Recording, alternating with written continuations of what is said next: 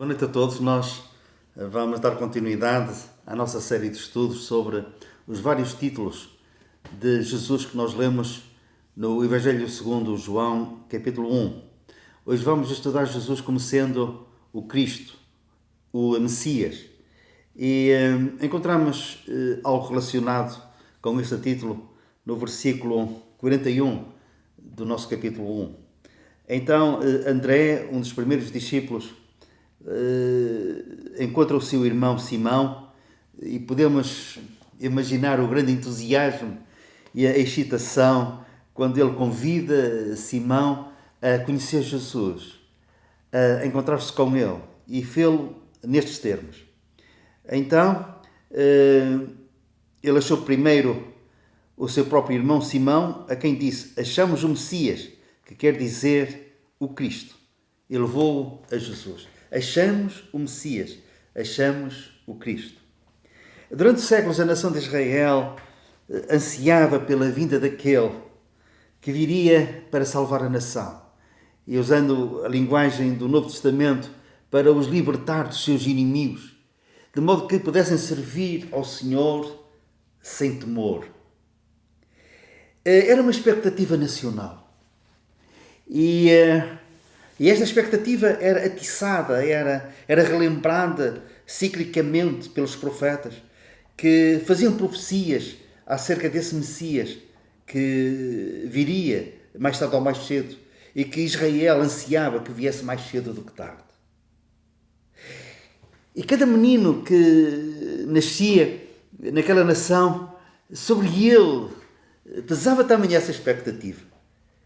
E os seus pais acalentavam aquela esperança lá no fundo da sua alma. Quem sabe se este menino será aquele Messias que nós tanto almejamos.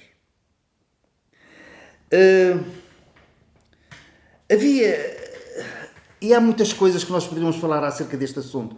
E tivemos que selecionar, mesmo que resumidamente, apenas um aspecto de Jesus como sendo o Messias prometido. E então iremos falar um pouco acerca das profecias. Porquê? Porque esse Messias que viria, ele tinha que trazer credenciais. Antes de Jesus se mostrar à nação como sendo ele próprio o Messias, outros tinham levantado falsos cristos que enganavam a muitos, tentando-se passar por serem esse Messias. Mas entre os falsos cristos e os falsos Messias havia uma linha diferenciadora. É que o Cristo, o Messias, tinha que ter credenciais. As credenciais é que as profecias se cumprissem nele. Isso era imprescindível. Era uma condição sine qua non. Não havia alternativas. E pensa-se que, pelo menos, mas há mais do que 300 profecias relacionadas com o Messias que haveria de vir. E matematicamente um matemático elaborou o seguinte raciocínio. Para que 8 profecias, e algumas feitas com uma antecipação de séculos, 1000 anos. Por exemplo, David profetizou acerca do Messias 1000 anos antes do nascimento de Jesus. E então esse matemático elaborou este raciocínio comprovadamente exigível, que é, para que 8 profecias com esta antecedência toda fossem cumpridas na mesma pessoa, as probabilidades de isso ser uma mera coincidência é na ordem de 1 para 100 seguidos, o número 100 seguidos de 15 zeros. Reparem, para que 8 profecias se cumprissem integralmente numa pessoa. Pois bem, como disse, há mais de 300 profecias relacionadas com Jesus, relacionadas em vários aspectos da sua vida. Por exemplo, acerca do seu nascimento, foi profetizado 700 anos antes, que ele nasceria em Belém da Judeia. E que nasceria de uma virgem. E isso aconteceu. Em relação ao seu ministério, que seria rejeitado pela nação quando ele viesse. E isso também aconteceu. Era desprezado e o mais indigno entre os homens. Profetizou o profeta Isaías. Era desprezado. E nós olhávamos para ele e não víamos nele beleza alguma. Nada apelava nele para que nós o desejássemos. Eles não conseguiram vislumbrar em Jesus o seu Messias. E a rejeição culminou quando eles disseram a Pilatos: nós não queremos que ele reine sobre nós. Crucifica-o, crucifica-o.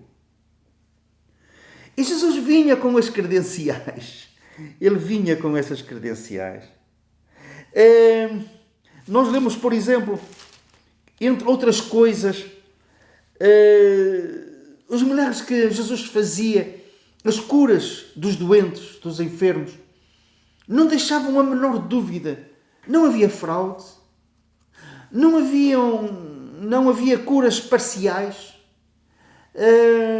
hipotéticas, apenas do foro psicológico. Não, eram reais, verdadeiras, eram verídicas.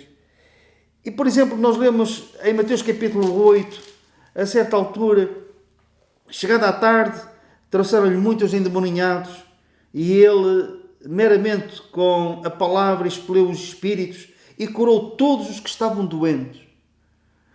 Ele fez estas curas porquê? Com certeza por compaixão para com aqueles que estavam doentes. Outras razões teológicas, mas não vamos entrar por aí. Mas lemos no versículo 17, para que se cumprisse o que fora dito por intermédio do profeta Isaías, e ele mesmo tomou as nossas enfermidades e carregou com as nossas doenças. Quando algumas pessoas pensam que Jesus na cruz do Calvário levou sobre si as nossas doenças e os nossos pecados, não corresponde à realidade bíblica.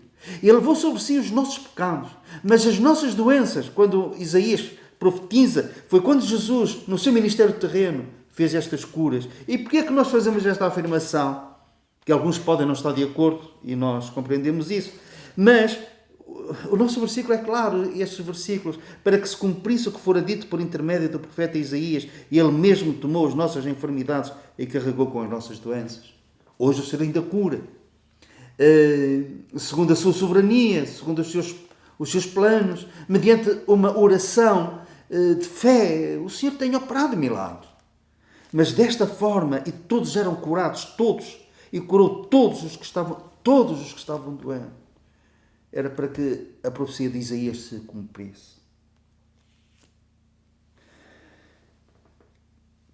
Até porque, por exemplo, quando João Batista foi preso, ele foi assaltado pela dúvida. Ele era humano como nós somos.